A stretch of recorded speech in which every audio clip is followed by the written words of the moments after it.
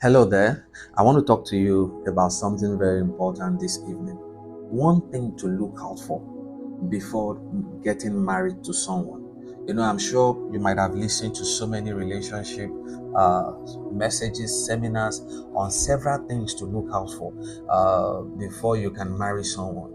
But having been married for close to a decade and having been a pastor of people, especially young people, having been involved in people's relationship, there's one thing.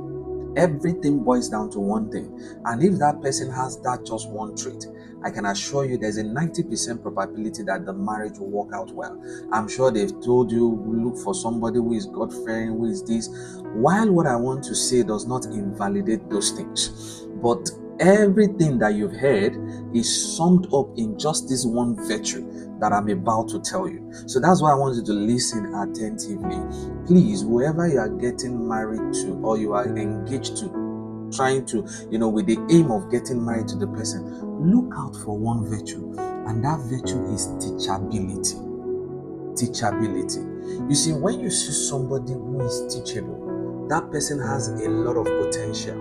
That person has a great future ahead of him, because teachable people are humble people. Teachable people are meek people. That means deep down within them, they believe that they cannot be right all the time. So in their heart, they have already given an allowance for change. And so that's why when you tell them that, okay, do it this way, they do it that way. Please and please watch out for that trait. I've seen a lot of spiritual people, in quote now, who are not teachable.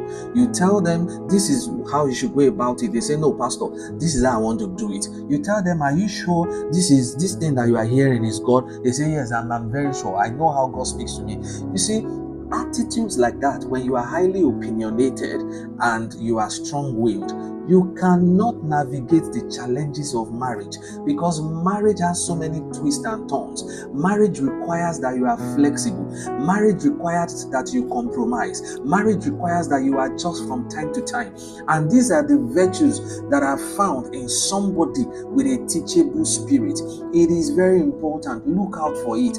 If you cannot correct the person you are engaged to, you can't say, oh, sweetheart, there's something I want us to talk about. There's something I've noticed. Can you change? And it becomes an issue. That is a red flag. It doesn't matter even if the person is a man of God in quote, or is a fellowship president, or because in this our age and time, titles have blinded us to the reality.